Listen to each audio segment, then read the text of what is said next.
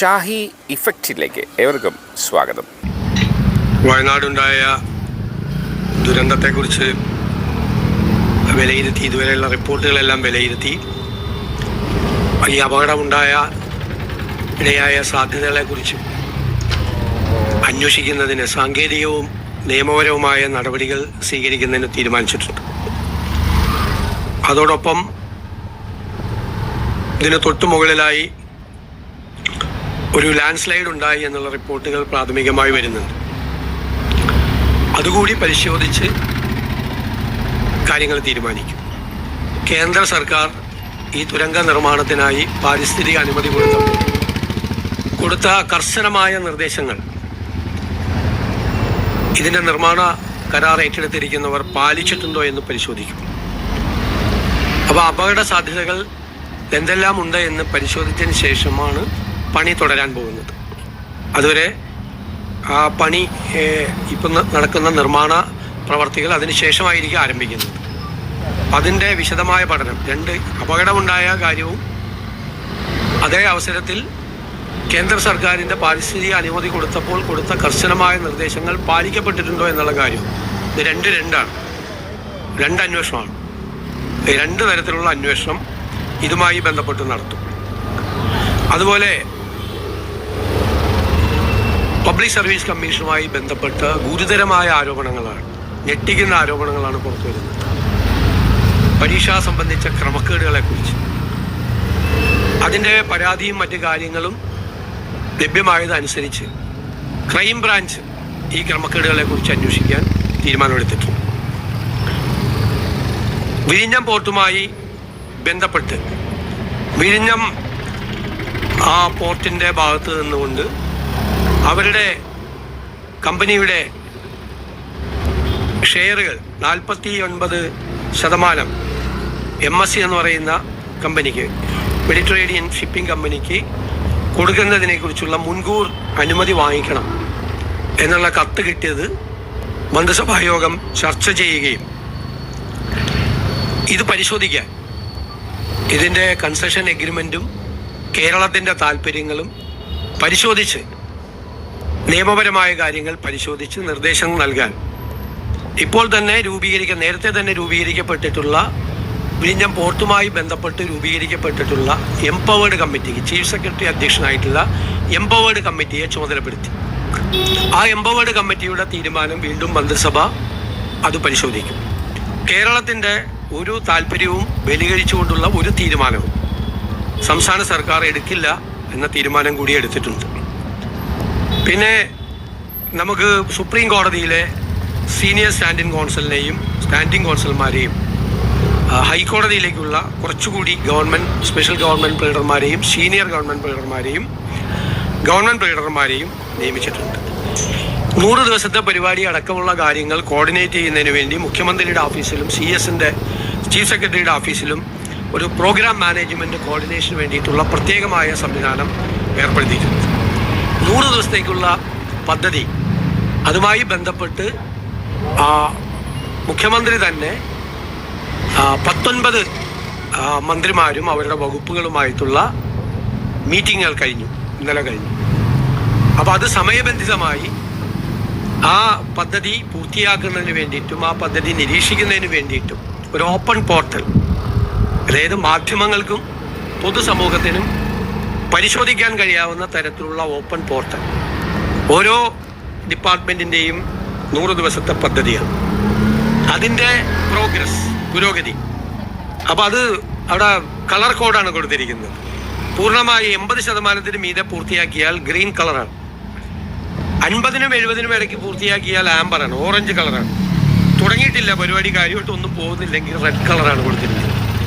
അപ്പോൾ ഒരു പൊതുസമൂഹത്തിൻ്റെയും മാധ്യമങ്ങളുടെയും നിരീക്ഷണത്തിന് വിധേയമായിക്കൊണ്ടാണ് 100 ഡേയ്സ് പ്രോജക്റ്റ് നടപ്പാക്കുന്നത്. ആ പ്രോജക്റ്റുകൾ വിശദമായി വിലയിരുത്തി ഓരോ പ്രോജക്റ്റുകൾ അത് നടപ്പാക്കുന്നതിന് വേണ്ടി വിവിധ ഡിപ്പാർട്ട്മെൻറ്റുകളിലെ വിവിധ ഉദ്യോഗസ്ഥരെ ചുമതലപ്പെടുത്തി. അതൊരു പരീക്ഷണം പോലെയാണ്. ഏറ്റവും ഭംഗിയായി ഫോളോ അപ്പ് ചെയ്ത് ഏറ്റവും കൃത്യമായി 100 ദിവസത്തിനുള്ളിൽ ഈ പദ്ധതികൾ മുഴുവൻ പൂർത്തിയാക്കാൻ വേണ്ടിയിട്ടുള്ള വലിയൊരു ശ്രമമാണ് അത് ആരംഭിച്ചിട്ടുള്ളത്. അപ്പം നിങ്ങൾക്കും മാധ്യമങ്ങൾക്കും അതിൻ്റെ പീരിയോഡിക്കലായിട്ടുള്ള പ്രോഗ്രസ് റിപ്പോർട്ട് ചെയ്യാനും എന്താണ് ഓരോ ഡിപ്പാർട്ട്മെൻറ്റും നടക്കുന്നതെന്നും മനസ്സിലാക്കാൻ വേണ്ടിയിട്ടുള്ള ആദ്യമായിട്ടാണ് ഇന്ത്യയിൽ ഇങ്ങനെ ഒരു സംവിധാനം ഒരു സംസ്ഥാനത്ത് ചെയ്യുന്നത്. നിങ്ങളുടെ കൂടി ഒരു ഒബ്സർവേഷൻ, അഡ്മിനിസ്ട്രേറ്റീവ് ഒബ്സർവേഷൻ വേണ്ട സ്ഥലത്ത് നിങ്ങളുടെ കൂടി ഒരു നിരീക്ഷണം വെച്ചുകൊണ്ടുള്ളതായിരിക്കും ഈ 100 days പ്രോജക്റ്റ്. ഇതാണ് പ്രധാനപ്പെട്ട തീരുമാനങ്ങളുള്ളത്.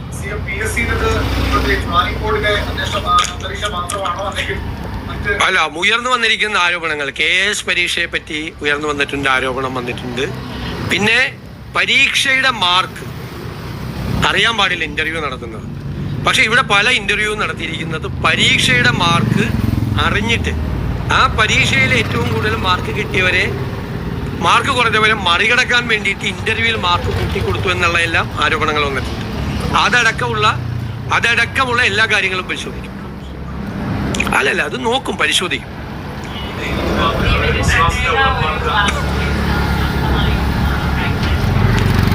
അല്ല, അത് ഹോം ഡിപ്പാർട്ട്മെന്റ്, ആഭ്യന്തര വകുപ്പ് അതിൻ്റെ പരാതികളുടെ ഗൗരവം അനുസരിച്ചുള്ള തീരുമാനമെടുക്കും. ഇപ്പം നമ്മൾ തീരുമാനിച്ചിരിക്കുന്നത് അത് അവരുടെ വിവേചന അധികാരമാണ്, ആഭ്യന്തര വകുപ്പിൻ്റെ. അതെല്ലാം അവർ നിശ്ചയിക്കും, ആഭ്യന്തര വകുപ്പ്. അടുത്ത ഈ ചോദ്യം,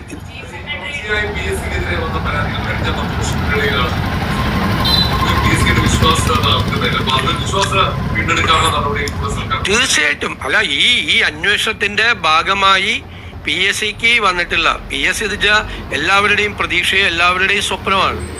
ലക്ഷക്കണക്കിന് ചെറുപ്പക്കാരാണ് അത് എഴുതി കാത്തിരിക്കുന്നത്. അവരുടെ ഈ ചോദ്യങ്ങളിൽ നടക്കുന്ന ക്രമക്കേടുകൾ, ചോദ്യം തയ്യാറാക്കുന്നതിൽ നടക്കുന്ന ക്രമക്കേടുകൾ, മാർക്ക് ഇടുന്നതിൽ നടത്തിയ ക്രമക്കേടുകൾ, ഇങ്ങനെ ഒരുപാട് ആരോപണങ്ങൾ വന്നുകൊണ്ടിരിക്കുകയാണ്. ഒരുപാട് KS പരീക്ഷയെ കുറിച്ചുള്ള ഗുരുതരമായ ആരോപണങ്ങൾ വന്നു. അതെല്ലാം പരിശോധിക്കട്ടെ. നമ്മൾ ഒരു പരിശോധനയും അന്വേഷണവും നടക്കാതെ ഞങ്ങളൊരു കൺക്ലൂഷനിൽ എത്തുന്നത് ശരിയല്ല. നമ്മളൊരു സ്ഥാപനത്തിന്റെ വിശ്വാസം നശിപ്പിക്കാൻ വേണ്ടി നമ്മളൊന്നും ചെയ്യും. പക്ഷെ അന്വേഷിക്കും, അല്ല അന്വേഷിക്കാതിരിക്കാൻ നിവൃത്തിയില്ല.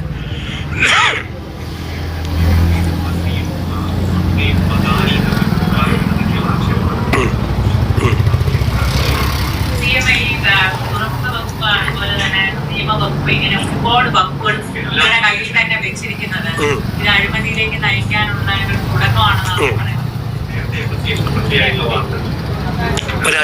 രണ്ട് മൂന്ന് ചോദ്യം. ഇനി എനിക്കൊരു ചോദ്യമുണ്ട് അങ്ങോട്ട്.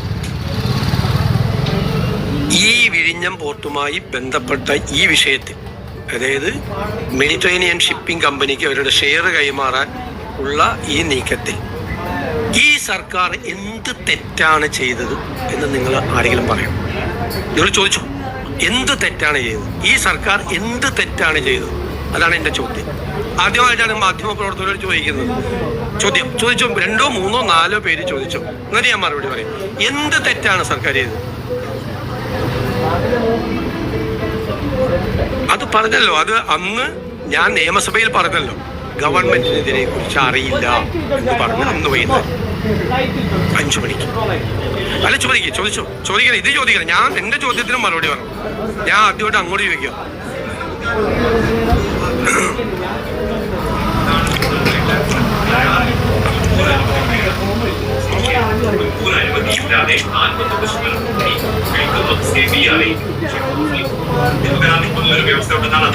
അടുത്ത ചോദ്യം ചോദിച്ചു.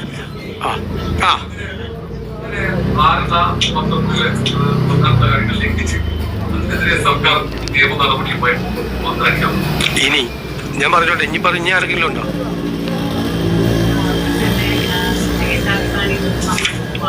അല്ല, അതൊക്കെ അതല്ല.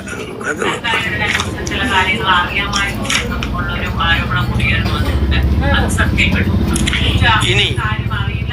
ഇനി എനിക്കൊരു കാര്യം കൂടി പറയട്ടെ. ഒരു വിഷയം വരുമ്പോൾ ആ വിഷയം ഞങ്ങളും പഠിക്കണം, നിങ്ങളും പഠിക്കണം. റിപ്പോർട്ട് ചെയ്യുന്നവർ ഒരു 60% മാധ്യമങ്ങൾ റിപ്പോർട്ട് ചെയ്തത് ഓഹരി കൈമാറ്റം നടന്നു എന്നാണ്. പറഞ്ഞു, റിപ്പോർട്ടർമാർ പറഞ്ഞിട്ടുണ്ട്. ഞാൻ കാണിച്ചാൽ എൻ്റെ കയ്യിൽ തെളിവുണ്ട്. ഓഹരി കൈമാറ്റം നടന്നു എന്ന്. ഒരു ഓഹരി കൈമാറ്റവും നടന്നിട്ടില്ല. ഓഹരി കൈമാറ്റം സംബന്ധിച്ച കൃത്യമായ വകുപ്പുകൾ കൺസെഷൻ എഗ്രിമെന്റിലുണ്ട്. ഗവൺമെന്റിന്റെ മുൻകൂർ അനുമതി ഇല്ലാതെ, കാരണം ഈ പോർട്ടിന്റെ ഓണർ എന്ന് പറയുന്നത് സംസ്ഥാന ഗവൺമെന്റാണ്. അവർ കൺസെഷൻ എഗ്രിമെന്റിൽ ഡെവലപ്മെന്റും ഓപ്പറേഷനും നടത്താൻ വേണ്ടിയിട്ടുള്ള ഒരു പാർട്ടി മാത്രമാണ്. മനസ്സിലാക്കിക്കൊള്ളാം. ഗവൺമെന്റ് ആണ് ഓണർ. ആ അതോറിറ്റി, അതായത് ഗവൺമെന്റ്, സ്റ്റേറ്റ് ഗവൺമെന്റ്, ആ അതോറിറ്റിയുടെ അനുവാദം ഇല്ലാതെ അവിടെ 25% ഒരു ട്രാൻസ്ഫറും, അതായത് അവരുടെ ഷെയർ ട്രാൻസ്ഫർ ചെയ്യാൻ പാടില്ല. അതായത് കൺസെഷൻ എഗ്രിമെന്റിലെ 5.3.1 വളരെ ക്ലിയർ ആണ്. Prior approval of the government. ഞങ്ങൾ ഈ നിയമസഭയിൽ ആ നിയമസഭ കൂടി അന്ന് വാർത്ത വരുമ്പോഴാണ് അറിയുന്നത്. അപ്പൊ ഞാൻ അറിഞ്ഞില്ല എന്ന് പറഞ്ഞത് വെറുതെയാണെന്നാണ് പറഞ്ഞത്. എനിക്കറിയാമെങ്കിൽ ഞാൻ പറയും എനിക്കറിയാം, പക്ഷെ അവരുടെ ലെറ്റർ വന്നിട്ടില്ല എന്ന് നിയമസഭയിൽ പറഞ്ഞാൽ പോലെ. എനിക്കറിയാം ഇവരിങ്ങനെ നടപടി നടക്കുന്നത്, എനിക്കറിയാം. പക്ഷേ അവര് പ്രയോർ മുൻകൂർ അപ്രൂവലിന് വേണ്ടിയിട്ട് ഗവൺമെന്റിന് കത്ത് തന്നിട്ടില്ല. കത്ത് വരുമ്പോൾ ഞങ്ങൾ പരിശോധിക്കുന്നു പറഞ്ഞ പോലെ ഞാൻ പറഞ്ഞു ഞങ്ങൾക്ക് അറിയില്ല. കാരണം ഞങ്ങൾ വന്നിട്ട് എത്ര ദിവസമായി? ഞങ്ങൾ വന്നിട്ട് കുറച്ച് ദിവസമായി. പിന്നെ വന്ന ആരോപണങ്ങൾ മുഴുവൻ എന്താണ്? ഇത് മുഴുവൻ നേരത്തെ അറിയാമായിരുന്നു. ഞാൻ മുഖ്യമന്ത്രിയായത് മെയ് 18-ാം തീയതി. ഞാനെങ്ങനെ നേരത്തെ അറിയുന്നത്? പക്ഷെ പിന്നീട് ഞങ്ങൾ അന്വേഷിച്ചപ്പോൾ 1 വർഷമായി ഈ വിവാദം വന്നതിന് ശേഷം ഈ അദാനി പോർട്ട് MSCയുമായി 1 വർഷമായി ചർച്ച നടത്തിക്കൊണ്ടിരിക്കുക. ആദ്യം അറിയുന്ന ആർക്കാണ്? ജൂൺ 5-ാം തീയതി 2026 ദേശാഭിമാനി പത്രം, വിഴിഞ്ഞത്ത് വരും MSC ടെർമിനൽ, ഓഹരി വാങ്ങാനുള്ള ചർച്ച വേഗത്തിലാക്കി. ജൂൺ 5 ഞങ്ങളുടെ MD അവിടെ ചാർജ് എടുക്കുന്നത് ജൂൺ 11-ാം തീയതിയാണ് ആണല്ലോ. ജൂൺ 11-ാം തീയതി ഞങ്ങളുടെ MD അവിടെ. അതിനു മുമ്പ് അറിയാമായിരുന്ന ഏക പത്രം ദേശാഭിമാനിയാണ്. ദേശാഭിമാനിയുടെ സോഴ്സ് എന്താണ്? ഗവൺമെന്റാണ് ദേശാഭിമാനിയുടെ സോഴ്സ്. ആ കഴിഞ്ഞ ഗവൺമെന്റിന്റെ കാലത്ത് ആ കഴിഞ്ഞ ഗവൺമെന്റിന് നേതൃത്വം കൊടുത്ത ആളുകളാണ് ദേശാഭിമാനിയുടെ സോഴ്സ്. നിങ്ങൾക്ക് ഒരു മാധ്യമങ്ങൾക്കും കിട്ടാത്ത വാർത്ത വിഴിഞ്ഞത്ത് വരും. ഞാനിപ്പോഴാണ് കാണുന്നത്, ഇന്നലെയാണ് കാണുന്നത്. വിഴിഞ്ഞത്ത് വരും MSC ടെർമിനൽ, ഓഹരി വാങ്ങാനുള്ള ചർച്ച വേഗത്തിലാക്കി. അപ്പൊ ഞങ്ങളുടെ MD അവിടെ ചാർജ് എടുത്തതിന് ശേഷമല്ല, അതിനു മുൻപ് അവിടെ MD ഉണ്ടായിരുന്നു, ഗവൺമെന്റ് ഉണ്ടായിരുന്നു, പോർട്ട് മന്ത്രി ഉണ്ടായിരുന്നു. കഴിഞ്ഞ ഗവൺമെന്റിന് അറിയാമായിരുന്നു MSC ആയിട്ടുള്ള. എന്നിട്ട് അത് ഞങ്ങളുടെ തലയിൽ കൊണ്ട് വയ്ക്കാൻ നോക്കുക. ഇതെങ്ങനെ വന്നു ഈ വാർത്ത? എവിടെ നിന്ന് കിട്ടി ഈ സോഴ്സ്? ദേശാഭിമാനി പത്രത്തിന് എവിടെ നിന്നാണ് ഈ സോഴ്സ് കിട്ടിയത്? 5-ാം തീയതി MSC വരും. എന്നിട്ട് അതിൽ വേറെ വാർത്ത കൂടിയുണ്ട്. LDF സർക്കാർ സംഘടിപ്പിച്ച വിഴിഞ്ഞം കോൺക്ലേവിൽ MSC കമ്പനിയിലെ പ്രമുഖർ പങ്കെടുത്തിരുന്നു. ഇത് 2025 MSC കമ്പനി നടത്തി. LDF സർക്കാർ സംഘടിപ്പിച്ച വിഴിഞ്ഞം കോൺക്ലേവിൽ MSC കമ്പനിയിലെ പ്രമുഖർ പങ്കെടുത്തിരുന്നു. ഇനി ജൂലൈ 1-ാം തീയതിയിലത്തെ വാർത്ത നിങ്ങളെല്ലാം വാർത്ത കൊടുത്ത ദിവസത്തെ ദേശാഭിമാനിയുടെ വാർത്ത. വിഴിഞ്ഞത്ത് 13,000 കോടി രൂപയുടെ നിക്ഷേപം. MSC ഗ്രൂപ്പ് 49% ഓഹരി എടുക്കും. അടുത്ത വാചകം കേട്ടോളാം. LDF സർക്കാരിന്റെ ദീർഘവീക്ഷണത്തിന്റെ വിജയമാണ് വിദേശ നിക്ഷേപം. ഞാൻ എന്താ മറുപടി പറയേണ്ടത്? എന്നിട്ട് പിന്നെ അങ്ങോട്ട് മാറിയിട്ട് കടൽ കൊള്ള, സതീശൻ, അദാനി, എന്താണ് കേരളത്തിൽ നടക്കുന്നത്? എന്താ കേരളത്തിൽ നടക്കുന്നത്? ഞങ്ങൾ തീരുമാനിച്ചിട്ടുണ്ട്. മനസ്സിലായല്ലോ? ഞാനിത് കുറെ ദിവസം ആസ്വദിക്കരുത്. സതീശൻ മൗനമാണ്. ഈ നിശബ്ദതയ്ക്ക് എന്തോ അർത്ഥമുണ്ട്.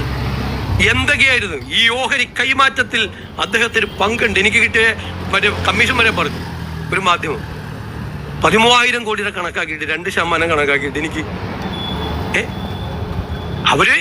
അവര് സെബിക്ക് കത്തയച്ചു.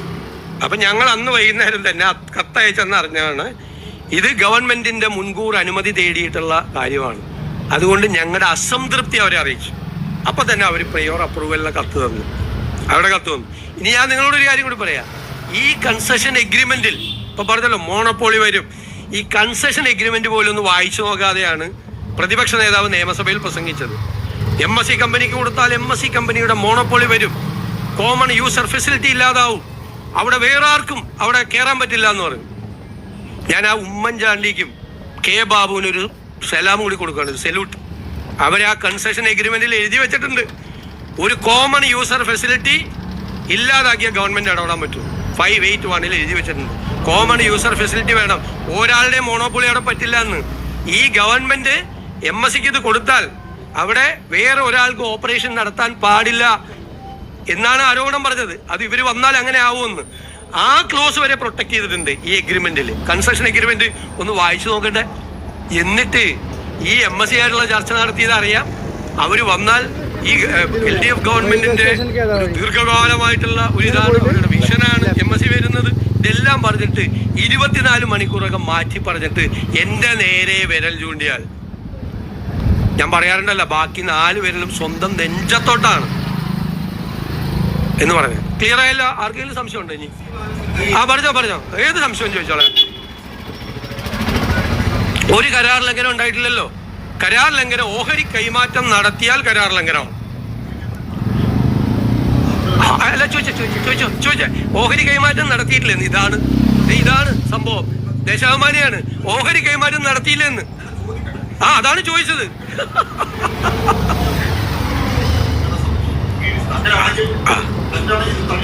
അദ്ദേഹം അദ്ദേഹം ഇതുവരെ വിചാരിച്ചിരുന്നത് ഓഹരി കൈമാറ്റം നടന്നു എന്നാണ്. എന്നോടുള്ള ചോദ്യം, ഓഹരി കൈമാറ്റം നടന്നില്ല സ്നേഹിത, നടന്നില്ല. നടക്കണമെങ്കിൽ ഒരുപാട് പ്രോസസ് ഉണ്ട്. അത് മിനിസ്ട്രി ഓഫ് ഹോം അഫയേഴ്സിൽ പോകണം. ഒന്ന്, നാഷണൽ സെക്യൂരിറ്റി സ്ട്രാറ്റജിക് പോയിന്റ് ആണിത്. അത് അവർ പരിശോധിക്കണം. മിനിസ്ട്രി ഓഫ് ഷിപ്പിങ്ങിൽ പോകണം. അവരുടെ ഇത് കിട്ടണം. ഇതെല്ലാം പരിശോധിച്ചിട്ട് വേണം. ഞങ്ങളുടെ മുമ്പിലുള്ള എന്താണ് കാര്യം?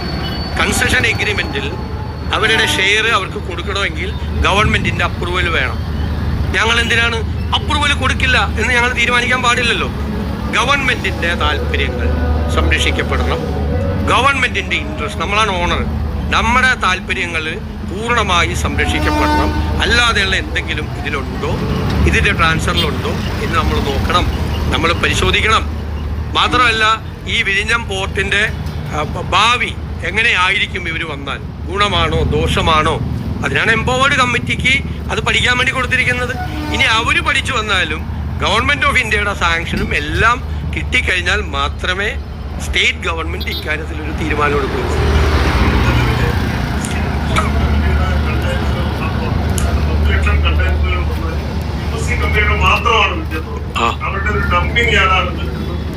അല്ലല്ല, അവര് ലോകത്തിലെ ഞങ്ങൾ പരിശോധിച്ചു, ലോകത്തിലെ ഏറ്റവും വലിയ ഷിപ്പിംഗ് കമ്പനികളിൽ ഒന്നാണ്. അവർ ശ്രീലങ്കയിൽ ഓപ്പറേറ്റ് ചെയ്യുന്നുണ്ട്, അവർ കൊളംബോ എയർപോർട്ട് ഓപ്പറേറ്റ് ചെയ്യുന്നുണ്ട്, സിംഗപ്പൂർ ഓപ്പറേറ്റ് ചെയ്യുന്നുണ്ട്. അവരുടെ ഒരു സബ്സിഡിയറി കമ്പനിയാണ്. അവർക്കാണ് ഇവർ കൊടുത്തിരിക്കുന്നത്, നേരിട്ട് MSCക്ക് അല്ല കൊടുത്തിരിക്കുന്നത്. ഇത് ഷെയർ മാറ്റം വേണമെന്ന് ആവശ്യപ്പെട്ടിരിക്കുന്നത് അവരുടെ ഒരു സബ്സിഡിയറി കമ്പനിക്കാണ്. മനസ്സിലായില്ലേ? അപ്പോൾ അവർ പറഞ്ഞിരിക്കുന്നത് ഈ കൊളംബോയിൽ നടക്കുന്ന ബിസിനസ് നന്നായിട്ട് നടക്കുന്നുണ്ട്, സിംഗപ്പൂർ നടക്കുന്ന ബിസിനസ് നടക്കുന്നുണ്ട്. അത് വിഴിഞ്ഞത്തേക്ക് അത് കൂടുതൽ കൊണ്ടുവരാൻ പറ്റും. കാരണം അവർക്ക് എല്ലാ ഷിപ്പിംഗ് കമ്പനികളുടെയും താല്പര്യം എന്ന് പറയുന്നത് ഈ റൂട്ടാണ്. ഇതിൻ്റെ ഒരു സ്ട്രാറ്റജിക് ആയിട്ടുള്ള ഒരു പ്രത്യേകതയും ഈ റൂട്ടും ട്രാവൽ ചെയ്യുന്നതിനുള്ള കുറവും മദർഷിപ്പുകൾ അടുക്കാനുള്ള സൗകര്യം ഉൾപ്പെടെയുള്ള കുറേ അഡ്വാൻറ്റേജ് ഇവിടെയുണ്ട് എന്ന് പറഞ്ഞു. അവരുടെ ഷിപ്പ് അടുക്കുന്നതിനെ നമ്മളെങ്ങനെ അവരുടെ ഡംപിങ് ആടാന്ന് പറയുന്നത്? അവരുടെ ഷിപ്പ് അടുക്കുന്നുണ്ട്. അത് കഴിഞ്ഞ ഗവൺമെന്റിന്റെ കാലത്താണല്ലോ. ആ ഒരു വർഷം, ഞങ്ങളുടെ കാലത്തല്ലല്ലോ, ആ കഴിഞ്ഞ ഗവൺമെന്റിന്റെ കാലത്ത് 99% ഷിപ്പോ അവരുടെയാണ് അടുത്തിരിക്കുന്നത്, MSC കമ്പനിയുടെയാണ്. ഇപ്പൊ ഞങ്ങൾ വന്നിട്ട് MSC കമ്പനിയുടെ ഷിപ്പ് ഇനി അടുക്കാൻ പാടില്ല എന്ന് തീരുമാനം എടുക്കാമോ? നിങ്ങളൊന്ന് ആലോചിക്ക്. നിങ്ങൾ വാർത്ത കൊടുത്തവരൊക്കെ കൂടി ഒന്ന് ആലോചിക്ക്. ഇപ്പൊ മനസ്സിലായില്ലേ? ഓഹരി കൈമാറ്റം നടത്തിയെന്ന് വിചാരിച്ചിട്ടാണ് ഇത് മുഴുവൻ ചെയ്തത്.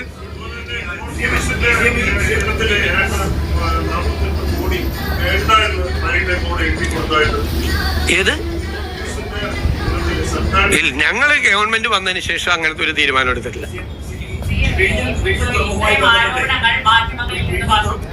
ബന്ധപ്പെട്ട് ഉത്തരത്തിൽ ജനമായിട്ടുള്ള പോയിന്റ് ഇതുവരെ സർക്കാർ മാറ്റം കൂടിയാണ്. പക്ഷേ LDF സർക്കാരിന്റെ മന്ത്രിയൊക്കെ പറഞ്ഞു 5000 ലാൻഡിന് വേണ്ടിയിട്ട് ചെലവാക്കിയിരിക്കുന്ന തുകയാണ് ലാൻഡ്. പിന്നെ വയബിലിറ്റി ഗ്യാപ്പ് ഫണ്ടാണ് പിന്നെ 800 ചില്ലാൻ കോടി കൊടുത്തിരിക്കുന്നത്. അത് കേന്ദ്രമാണ് കൊടുത്തിരിക്കുന്നത്. അല്ല, നമ്മൾ ചെലവാക്കിയ തുകയാണ് നമ്മൾ പറഞ്ഞത്. എന്തെങ്കിലും ചെറിയ വ്യത്യാസം ഉണ്ടെങ്കിൽ നമുക്ക് പറയാം. ഇതുവരെ ചെലവാക്കിയിരിക്കുന്ന തുക. ഇതിൻ്റെ അകത്ത് മേജർ ഇതെന്ന് വെച്ചാൽ ഈ നമ്മളാണ് ഓണർ. ഞാൻ പറയില്ലേ, ഇതൊരു കൺസെഷൻ എഗ്രിമെൻ്റാണ്. അവർ ഡെവലപ്മെൻറ്റും ഓപ്പറേഷൻ നടത്താനുള്ള കൺസെഷൻ എഗ്രിമെൻറ്റിൽ ഒരു പാർട്ടി മാത്രമാണ്. അവരുടെ ഷെയറാണ്. അതിൻ്റെ അകത്തുനിന്ന് 49 അവർ വേറൊരു കമ്പനിക്ക് അവർ കൊടുക്കുന്നത്. അത് നമ്മുടെ ഓണർഷിപ്പിനെയോ നമ്മളെ ഒന്നും ബാധിക്കില്ല. അവരുമായിട്ട് നമ്മൾ അദാനി പോർട്ടുമായിട്ടാണ് നമ്മുടെ കൺസെഷൻ എഗ്രിമെന്റ്. ആ അദാനി പോർട്ടിന്റെ ഓണർഷിപ്പിൽ അവരൊരു 49% അവരുടെ ഷെയർ കൊടുക്കുമെന്നാണ്. അപ്പോഴും അദാനി പോർട്ടിന് തന്നെയാണ് അവരുടെ ഈ ഇതിന്റെ അകത്ത് ഏറ്റവും മേജർ ഇത് 51%.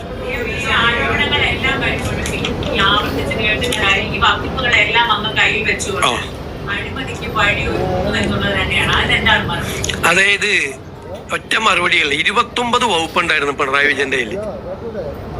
29 വകുപ്പ്. IT വേറെ മന്ത്രിമാരുടെ കയ്യിലായിരുന്നു. എന്തിനാ IT എടുത്തു വെച്ചത്? അഴിമതി നടത്താൻ വേണ്ടിയിട്ടാണ്. IT വ്യവസായ വകുപ്പിന്റെ കൂടെ കൊടുക്കേണ്ട IT എടുത്ത് പിണറായി വിജയൻ കയ്യിൽ വെച്ചത് ഞാൻ ചോദിക്കാനുള്ള ആർക്ക് വേണ്ടിയിട്ടാണെന്ന്. ആർക്ക് വേണ്ടിയിട്ടായിരുന്നു IT എടുത്തു വെച്ചത്? നിങ്ങൾക്ക് എല്ലാവർക്കും അറിയാലോ, ഒരു വകുപ്പ് എടുക്കരുതായിരുന്നു എൻ്റെ ആഗ്രഹം. എന്നുവെച്ചാൽ പ്രധാനപ്പെട്ടത്. ഞാനതാണ് ഞങ്ങളുടെ പാർട്ടിയിൽ പറഞ്ഞത്. ഞാൻ പ്രധാനപ്പെട്ട വകുപ്പുകളിൽ നിന്ന് എന്നെ ഒഴിവാക്കണം. സാധാരണ മുഖ്യമന്ത്രിമാർ കൈകാര്യം ചെയ്യേണ്ട കുറേ വകുപ്പുകളുണ്ട്, ഏത് മുഖ്യമന്ത്രിയാണെങ്കിലും. അതൊഴിച്ച് ആഭ്യന്തരവും വേണ്ട, ഫിനാൻസും വേണ്ട എന്നാണ് ഞാൻ പറഞ്ഞിരുന്നത്. അത് സമ്മതിച്ചില്ല. ഫിനാൻസ് നിർബന്ധമായി മുഖ്യമന്ത്രി എടുക്കണമെന്ന് പാർട്ടിയാണ് ആവശ്യപ്പെട്ടത്. നിർബന്ധമായി എല്ലാ മന്ത്രിമാരും ഒറ്റക്കെട്ടായിട്ട് ആവശ്യപ്പെട്ടിട്ടാണ് ഫിനാൻസ് എടുത്തത്, അല്ലേ? ഞാൻ പോർട്ട് കൊടുത്തു. പോർട്ട് എന്താ എടുക്കാൻ കാര്യം? പോർട്ട് എൻ്റെ ഡ്രീം പ്രോജക്റ്റാണ്. ഈ സർക്കാരിൻ്റെ ഏറ്റവും ഡ്രീം പ്രോജക്റ്റ് പോർട്ടാണ്. അത് മുഖ്യമന്ത്രിയുടെ ഓഫീസിലാവുമ്പോഴാണ് അതിൻ്റെ കോർഡിനേഷനും മറ്റു കാര്യങ്ങളും ചെയ്യലും. വകുപ്പ് എടുക്കുന്ന അഴിമതിക്ക് വേണ്ടിയിട്ടാണ്. എന്തൊരു വില കുറഞ്ഞ വർത്തമാനമാണ് പ്രതിപക്ഷ നേതാവ് പറഞ്ഞത്. അദ്ദേഹം ഇരിക്കുന്ന ആ കസേരയ്ക്ക് യോജിക്കാത്ത വർത്തമാനമാണ് ബഹുമാനപ്പെട്ട, എനിക്ക് വിഷമമുണ്ട്, പ്രതിപക്ഷ നേതാവ് പറഞ്ഞത്. എൻ്റെ മറു ചോദ്യമാണ്, ആരുടെയെങ്കിലും നിന്നും കൈനീട്ടി മേടിക്കാൻ വേണ്ടിയിട്ടാണ് IT വെച്ചത്? അല്ലെ ആരെങ്കിലും സഹായിക്കാൻ വേണ്ടിയിട്ടാണ് IT വെച്ചത്? എൻ്റെ മറു ചോദ്യം. അതിന് മറുപടി പറയട്ടെ. IT എന്തിനാ കയ്യിൽ വെച്ചത്? എന്തിനാ IT കയ്യിൽ വെച്ചത് പിണറായി വിജയൻ? നമ്മളെ കൊണ്ട് പറയിപ്പിക്കല്ലേ. ഞാൻ ഇത്ര പറയുള്ളൂ. ഞാനായതുകൊണ്ട് ഞാൻ അതിൻ്റെ രണ്ടാമത്തെ റൗണ്ട് ഞാൻ പറയില്ല.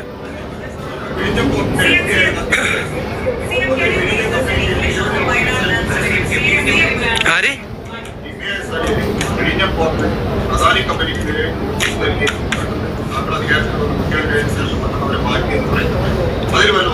അവരെ മാത്രമല്ലല്ലോ മാറ്റിയത്, വേറെ ഒരുപാട് ആളുകളെ മാറ്റിയല്ലോ. അവരെ മാത്രം മാറ്റി എന്താ പ്രശ്നം? അവരല്ല, ഒരുപാട് നാളുകളായി അവിടെ ഇരിക്കുന്ന പലരെയും മാറ്റി, പല സ്ഥലത്തു നിന്ന് അവരെ അടക്കം മാറ്റി. എന്താ കുഴപ്പം? ഇതൊന്നും ഞാൻ ഡേ ടു ഡേ കാര്യങ്ങളിൽ നോക്കേണ്ട ആളല്ല. അവരെ ആർക്കൊക്കെ എല്ലാ ഗവൺമെന്റ് HODമാരും ഓരോ സ്ഥലത്തിരിക്കേണ്ട ആ ഗവൺമെന്റ് HODമാർ ആർക്കൊക്കെ നോട്ടീസ് കൊടുത്തിട്ടുണ്ട്, എന്തൊക്കെ ചെയ്തിട്ടെന്ന് അന്വേഷിക്കേണ്ട ജോലിയല്ല അത്. ഞാൻ ഞാൻ ചോദിക്കട്ടെ, കണ്ണൂർ ജില്ലാ സെക്രട്ടറിയുടെ വലിയ പത്രസമ്മേളന ആക്ഷേപമൊക്കെ ഇട്ടു. എന്റെ തിരിച്ചുള്ളൊരു ചോദ്യം കേട്ടോ, കണ്ണൂർ ജില്ലാ സെക്രട്ടറിക്ക് എന്താ കാര്യം വിഴിഞ്ഞത്തിന്റെ കാര്യത്തിൽ? എന്താ ഇത്ര ഇൻട്രസ്റ്റ്? പാർട്ടിയുടെ കണ്ണൂർ ജില്ലാ സെക്രട്ടറിക്ക് എന്താ ഇൻട്രസ്റ്റ് വിഴിഞ്ഞത്തിന്റെ കാര്യത്തിൽ? എന്നെ കൊണ്ട് ചോദിപ്പിക്കല്ലേ കേട്ടോ.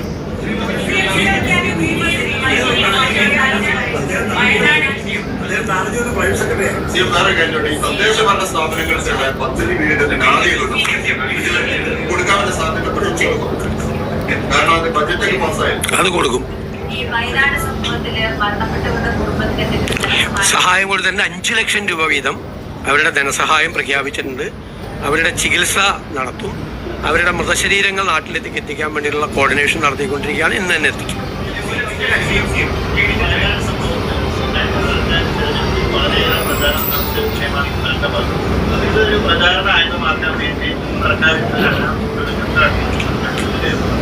അല്ലല്ലോ, നിങ്ങളിതൊക്കെ ആലോചിച്ചു. ആ വിഷയത്തിൽ ഏറ്റവും കൂടുതൽ അധിക്ഷേപം കേട്ട ഒരാളാണ് ഞാൻ എന്താണ് പറഞ്ഞത്? ഗൗരവതരമായി പരിശോധിക്കാതെ, പാരിസ്ഥിതിക ആഘാത പഠനം ഗൗരവമായി നടത്താതെ ഈ പദ്ധതിയുമായി പോകരുത്. എന്താ കാര്യം പറയാൻ കാര്യം? വയനാട് വെസ്റ്റേൺ ഗാർഡ്സ് എന്ന് പറയുന്നത് വളരെ സെൻസിറ്റീവാണ്, ഫ്രജൈലാണ് അവിടുത്തെ മണ്ണ്. എന്നെ എന്തുമാത്രം പരിഹാസം ഉണ്ടായിരുന്നു. മണ്ണ് പരിശോധനാ വിദഗ്ധൻ എന്നെല്ലാം പറഞ്ഞു. മണ്ണ് പരിശോധനാ വിദഗ്ധൻ എന്നൊക്കെ പറഞ്ഞ് എന്നെ കളിയാക്കി. CPM ഹാൻഡിലുകൾ അവരാണ് എൻ്റെ PR മുഴുവൻ നടത്തിയത്. എനിക്ക് നന്ദിയുണ്ട് അവരോട്. ഞാനൊന്നും പറഞ്ഞു അവരെയൊന്നും മാറ്റല്ലെന്ന്. കാരണം അവരാണ് എനിക്ക് വേണ്ടിയിട്ട് ഏറ്റവും കൂടുതൽ ക്യാമ്പയിൻ നടത്തിയത്. കാരണം ആ തെരഞ്ഞെടുപ്പിന് തൊട്ട് മുമ്പുള്ള 2-3 മാസം സോഷ്യൽ മീഡിയ തുറന്നാൽ എന്നെ മാത്രം, എൻ്റെ വികൃതമായ രൂപങ്ങളൊക്കെ ഉള്ളതാണെങ്കിലും എൻ്റെ കണ്ണൊക്കെ തളിച്ചിട്ടുള്ളതാണെങ്കിലും എൻ്റെ പടം മാത്രം ഉണ്ടായിരുന്നില്ല. ഏറ്റവും കൂടുതൽ എന്നെ CPM അധിക്ഷേപിച്ച വിഷയം തുരങ്കപാത വികസനം തകർക്കാൻ ശ്രമിക്കുന്ന വികസന വിരുദ്ധൻ എന്ന് പറഞ്ഞിട്ടാണ്. ഞാൻ ഒറ്റ കാര്യം പറഞ്ഞു, അതുപോലത്തെ സെൻസിറ്റീവായൊരു സ്ഥലത്ത് ഇത് ചെയ്യുമ്പോൾ സൂക്ഷിച്ചു വേണമെന്ന് പറഞ്ഞു. ഇവിടെ സ്റ്റേറ്റ് ഒരു പഠനം നടത്തി. ആ പഠനത്തിലെ റിസൾട്ട് എന്താ? ഒരു കാരണവശാലും ചെയ്യാൻ പാടില്ലെന്ന്. രണ്ടാമത് സെൻട്രൽ ഗവൺമെന്റ് വേണ്ടാന്ന് പറഞ്ഞു. വീണ്ടും സംസ്ഥാന ഗവൺമെന്റ് നിർബന്ധിച്ച് അവിടെ നിന്ന് 50ഓളം കർശനമായ നിർദ്ദേശങ്ങൾ വെച്ചുകൊണ്ടിട്ടുള്ളതാണ് ഈ തുരങ്കപാതയുടെ പണി തുടങ്ങിയത്. അതുകൊണ്ടാണ് നമ്മൾ പറഞ്ഞത് എന്താണ് സംഭവിച്ചിരിക്കുന്നത് എന്ന് നമ്മൾ പരിശോധിക്കട്ടെ. ഞാനിപ്പോഴും അങ്ങനെ പറയും, ഗവൺമെന്റിന്റെ ഭാഗമല്ലേ. പക്ഷേ ഈ ഒരു വിഷയത്തിന്റെ പുറത്ത് ഒരുപാട് പരിഹസിക്കപ്പെട്ട, ആക്ഷേപിക്കപ്പെട്ട ഒരു പ്രതിപക്ഷ നേതാവായിരുന്നു ഞാനെന്ന് നിങ്ങളൊക്കെ ഓർക്കുന്നതല്ല. Wayanad landslide is very unfortunate. It has happened. Now the government is going to study in detail. A techno-legal study we are going to study, and we will go for the investigation also what happened in what are the reasons behind the accident. Then second thing is that we will check the construction company is there are some conditions from the Environment Department of the central government, whether they are obeying these conditions or not. We will check it. The work is stopped. Yeah, then only the work will start. And as I said yesterday, the Disaster Management Authority chairman in the Wayanad and the Wayanad district collector has issued an order in 20th of last month to remove all this soil stock from there. But unfortunately, this contractors, they have not taken any action to remove the soil. Number two, the PWD minister directed the PWD secretary, and PWD secretary and other engineers went to this place and they checked. They also warned the concerned parties, contractors, to the possibilities for a disaster.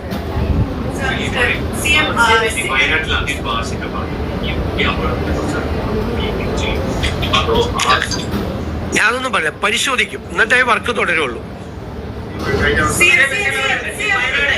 Coming back to Wayanad, so two studies you're saying, one to understand what really happened right now, Yeah. and the other basically whether the company has flouted any environmental. Yes. Environmental directions from the Environment Department, Central Environment Department, when they have given this clearance, they have directed that more than 50 conditions are there. They have to check that. Yesterday, this is a man-made disaster. It was not an accident, but you had also said That was a preliminary report. Anyway, we will check whether there was a landslide. Anyway, this landslide and this stock of soil multiplied the impact of the accident. Sir, on the compensation and what is the latest compensation and what is the latest numbers as far as the city? 3 persons died and 5 persons are still missing. There are 2 NDRF team, police and fire force are there. They are trying to, now the road is cleared. Even then we were not able to find out the missing persons.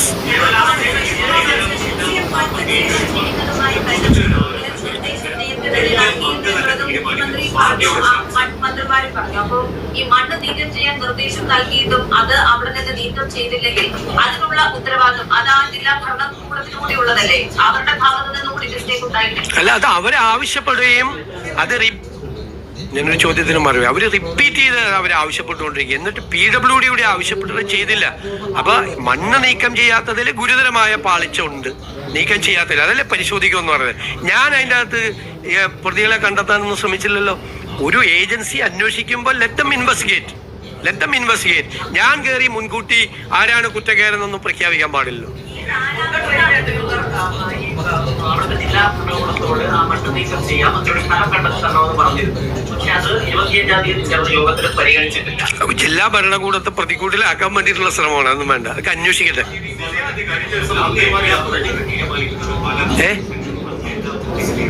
ചർച്ച ചെയ്യാൻ പല നേതാക്കളും കേന്ദ്ര സർക്കാർ കോൺഗ്രസിലെ മുതിർന്ന നേതാക്കൾ പറയുന്നത് കേരളത്തിൽ ഭരിക്കുന്ന BJP ആണ്. അവർക്ക് പോലും ഈ ഓഹരി കൈമാറ്റം അറിയാത്ത സംശയം. നിങ്ങൾ കൊടുക്കുന്ന വാർത്തകളല്ല എനിക്ക് ഞാൻ മറുപടി പറയുന്നത് എന്തിനാ? നിങ്ങളൊക്കെ എന്തെല്ലാം വാർത്തകൾ ഇതുപോലത്തെ എന്തെല്ലാം വാർത്തകൾ നിങ്ങളെല്ലാവരും കൊടുത്തു, എന്തെല്ലാം വാർത്തകൾ. ഓഹരി കൈമാറ്റം നടത്തിയില്ലേ, സതീശനും ബദാനിയുമായിട്ട് ബന്ധമില്ലേ എന്നൊക്കെ ചോദിച്ചാൽ നിങ്ങളുടെ ചാനലിലൊക്കെ ഉൾപ്പെടെ എല്ലാവരും വന്ന് വൈകുന്നേരം പറയണ്ടല്ലോ. I have made it very clear. This is a stand of the government. This is a stand of the cabinet. ഞാൻ വളരെ ക്ലിയർ ആയിട്ട് പറഞ്ഞു. ഈ ആരോപണം ഉന്നയിച്ചവരൊക്കെ തലയിൽ മുണ്ടിട്ട് പോയാൽ മതി. അത് രാഷ്ട്രീയ നേതാക്കളാണെങ്കിലും മാധ്യമ പ്രവർത്തകരാണെങ്കിലും. അത് മനസ്സിലായില്ല, കാര്യം മനസ്സിലായില്ല. നിങ്ങൾക്ക് ഇത് സംബന്ധിച്ച ഒരു ചോദ്യം പോലും ഞാൻ ചോദിച്ചല്ലോ. ഈ ഗവൺമെന്റ് എന്ത് തെറ്റ് ചെയ്തു എന്ന് ചോദിച്ചിട്ട് നിങ്ങൾക്ക് ഒരു ചോദ്യം പോലും ചോദിക്കാൻ പറ്റില്ല. എന്ത് തെറ്റാണ് ചെയ്തതെന്ന് നിങ്ങളിത് ഞാൻ പറയട്ടെ. നിങ്ങൾ മൈക്രോസ്കോപ്പിക് ലെൻസുമായിട്ട് സർക്കാരിന്റെ പുറകെ നടക്കുക. ഇല്ലാത്ത കാര്യങ്ങൾ നിങ്ങൾ ഊതി വീർപ്പിക്കുകയാണ്. നിങ്ങൾ ഇല്ലാത്ത അദ്ദേഹം ഒന്നും പറഞ്ഞിട്ടൊന്നുമില്ല. അതെന്താ അല്ലല്ല, അത് അങ്ങനെ നിങ്ങൾക്ക് ഇന്റർപ്രറ്റ് ചെയ്യാം അങ്ങനെ അത്രേ ഉള്ളു. ചേട്ടൻ എന്നെ ഇനി ദേശാഭിമാനി വീണ്ടും വായിപ്പിക്കല്ലേ.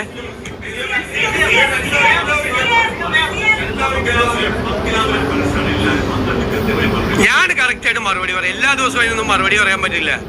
ഞാൻ ഓരോരുത്തരെ ഞാൻ മുഖ്യമന്ത്രി ആകുന്നതിന് മുമ്പ് ഞാൻ മുഖ്യമന്ത്രി ആവുമെന്ന് നിങ്ങൾക്ക് ആർക്കെങ്കിലും അറിയാമായിരുന്നു? എനിക്ക് പോലും അറിയില്ലായിരുന്നു. ചുമ്മാ ഇതെല്ലാം എനിക്കറിയാം. ഇത് എവിടെ നിന്നാണ് ഇത് ആരംഭിക്കുന്നതെന്ന്. ചില ചാനലുകളിൽ നിന്നാണ് ഇത് തുടങ്ങുന്നത്. അതാരാണ് ഇത്തരം ഗൂഢാലോചന നടത്തുന്നതെന്നൊക്കെ നന്നായി അറിഞ്ഞ് അത് നന്നായി ആസ്വദിച്ചിരിക്കുക. ഞാൻ കഴിഞ്ഞ ഒരാഴ്ച നിങ്ങളീ കൊടുത്ത വാർത്തകളൊക്കെ കണ്ട് ഞാൻ നിശബ്ദനാണ് മറ്റാണെന്നൊക്കെ നിങ്ങൾ പറയും, ആസ്വദിച്ചിരിക്കുക. ഞാനതുകൊണ്ടാണ് വന്ന് ചോദിച്ചത്, തൻ്റെ ഇടത്തോടു കൂടി നിങ്ങളോട് ചോദിച്ചത്, ഈ സർക്കാർ എന്ത് തെറ്റാണ് ഈ വിഴിഞ്ഞം പോർട്ടിൽ ചെയ്തതെന്ന്. ഒരു മറുപടി ഉണ്ടായില്ലല്ലോ ഒരാൾക്കും. ഇനി വേണമെങ്കിൽ ചെന്നിരുന്നിട്ട് എന്ത് വേണേലും പറഞ്ഞോ. പിന്നെ ഞാനാണ് ഇപ്പൊ തീരുമാനങ്ങളെല്ലാം പ്രഖ്യാപിച്ചത് ഞാൻ ഒറ്റയ്ക്കാണോ? ഏത് തീരുമാനമാണ് ഞാൻ ഒറ്റയ്ക്ക് എടുത്തത്? ഒന്ന് ചോദിച്ചേ. ആ ചോദ്യത്തിനൊന്നും മറുപടി പറ. ഏഷ്യാനെറ്റിന്റെ ലേഖനം ആ ചോദ്യത്തിന് മറുപടി പറ. നിങ്ങൾ പറയാണ്. അല്ലാതെ നോ. ഞാൻ ഏത് തീരുമാനമാണ് ഒറ്റയ്ക്കെടുത്തതെന്ന് പറ. ഒരാളും പറഞ്ഞിട്ടില്ല. നിങ്ങൾ ഉണ്ടാക്കുന്ന വാർത്തകളാ. അല്ലല്ല, ചോദിക്കേ. അതെ, ഒരു തീരുമാനം അല്ലല്ല. ഞാൻ ഒറ്റയ്ക്കെടുത്ത എന്റെ ചോദ്യം അതാണ്. ഞാൻ ഒറ്റയ്ക്കെടുത്ത തീരുമാനം ഏതാ? നിങ്ങൾ പറയുന്നത് ഒരു തീരുമാനം എടുത്തിട്ടില്ല. നിങ്ങൾ ഇതൊക്കെ ഞാൻ ഇവിടെ നിങ്ങൾ CPM അല്ലല്ലോ. CPM നടക്കണ കാര്യം നിങ്ങൾ അന്വേഷിക്കും. നടക്കണ കാര്യം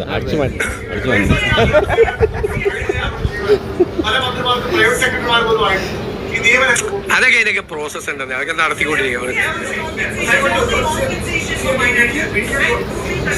തുറമുഖത്തിന്റെ കാര്യത്തില് ഈ മാധ്യമങ്ങളും ഉന്നയിച്ച നേതാക്കളും തലയിൽ മുന്നിട്ട് പോയാൽ എന്താണ്?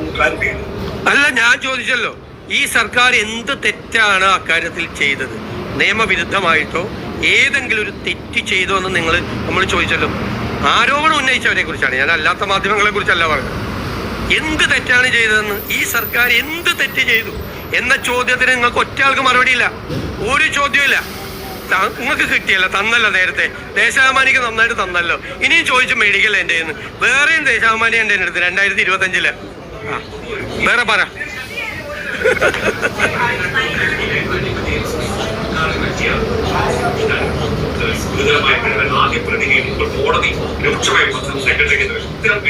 ഞങ്ങൾ കോടതിക്ക് കൊടുത്തില്ലല്ലോ, ആ ഉത്തരവ് കൊടുത്തില്ലല്ലോ. ആ ഉത്തരവിൽ തെറ്റുണ്ടെന്ന് കണ്ട് കോടതിയിൽ കൊടുത്തില്ലല്ലോ. അല്ലല്ല, കോടതിയിൽ കൊടുത്തില്ലല്ലോ. ഞങ്ങൾ അത് പരിശോധിച്ച് അത് കറക്റ്റ് ചെയ്ത് അതാണ് കോടതി കൊടുത്തത്. ഹൈക്കോടതിക്ക് എന്ത് വേണമെന്ന് ചോദിക്കാം. പക്ഷെ ഇതിൻ്റെ അകത്ത് ഗൗരവതരമായൊരു നിയമപ്രശ്നവും കൂടിയുണ്ട്.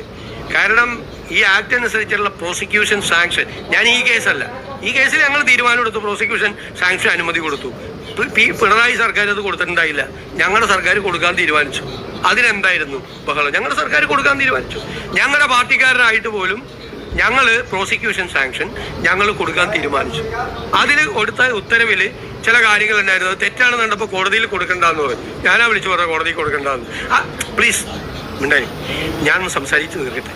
അതിനുശേഷം ഞങ്ങൾ ഇത് കൊടുത്തു, കറക്റ്റ് ചെയ്ത് കൊടുത്തു. പിന്നെ എന്താ, പിന്നെ പ്രോസിക്യൂഷൻ സാങ്ഷൻ കൊടുക്കാനുള്ള അധികാരം ആർക്കാണ്? ഗവൺമെന്റിനാണ്, അല്ലേ? ഗവൺമെന്റിനാണ്. ഈ കേസിലല്ല, എല്ലാ കേസുകളിലും. അപ്പൊ ഗവൺമെന്റിന്റെ അധികാരത്തെ അത് ടേക്ക് ഓവർ ചെയ്യപ്പെടുന്നുണ്ടോ ജുഡീഷ്യറി എന്നുള്ള ഒരു അക്കാഡമിക് ആയിട്ടുള്ള ഒരു ക്വസ്റ്റ്യൻ ഉണ്ട് അതിൻ്റെ അകത്ത്. ഞങ്ങളത് വളരെ ഗൗരവമായിട്ടാണ് അതിനെ കാണുന്നത്. അതാണ്, അല്ലാതെ ഈ കേസിലല്ല പ്രശ്നം. ഈ കേസിൽ ഞങ്ങൾ ഈ കേസിൽ ഞങ്ങൾ എന്താ പറയുക, there is a prima facie case. We have taken a decision to provide prosecution sanction. അത് ക്ലിയർ ആണ്. പക്ഷേ ഭാവിയിൽ പിന്നെ എന്തിനാണ് ഈ ആക്ടിന്റെ അകത്ത് എഴുതി വെച്ചിരിക്കുന്നത്? എന്നാൽ പ്രോസിക്യൂഷൻ സാങ്ഷൻ കൂടി കോടതി കൊടുത്താൽ പോരെ? ആക്ടിൽ എഴുതിയിരിക്കുന്ന പ്രോസിക്യൂഷൻ സാങ്ഷൻ കൊടുക്കാൻ ഗവൺമെന്റ് അതോറിറ്റിക്കാണ് പവർ. അതോറിറ്റി ഗവൺമെന്റാണ്. ആ പവറാണ് ഇല്ലാതാവുന്നത്. അപ്പൊ ബാക്കിയുള്ള ഇനിയുള്ള കേസിൽ ആക്ടിലെ പ്രൊവിഷനാണ്, പാർലമെന്റ് പാസ്സാക്കിയ ആക്ടിലെ പ്രൊവിഷൻ. ഇത്രയും മതി. പുതിയ വിശേഷങ്ങളും വാർത്തകളുമായി എപ്പോഴും നിങ്ങളോടൊപ്പം ഷാഹി ഇഫക്റ്റ്. മറ്റൊരു വാർത്തയുമായി വേഗം കാണാം. അതിനെല്ലാവർക്കും നന്ദി, നമസ്കാരം.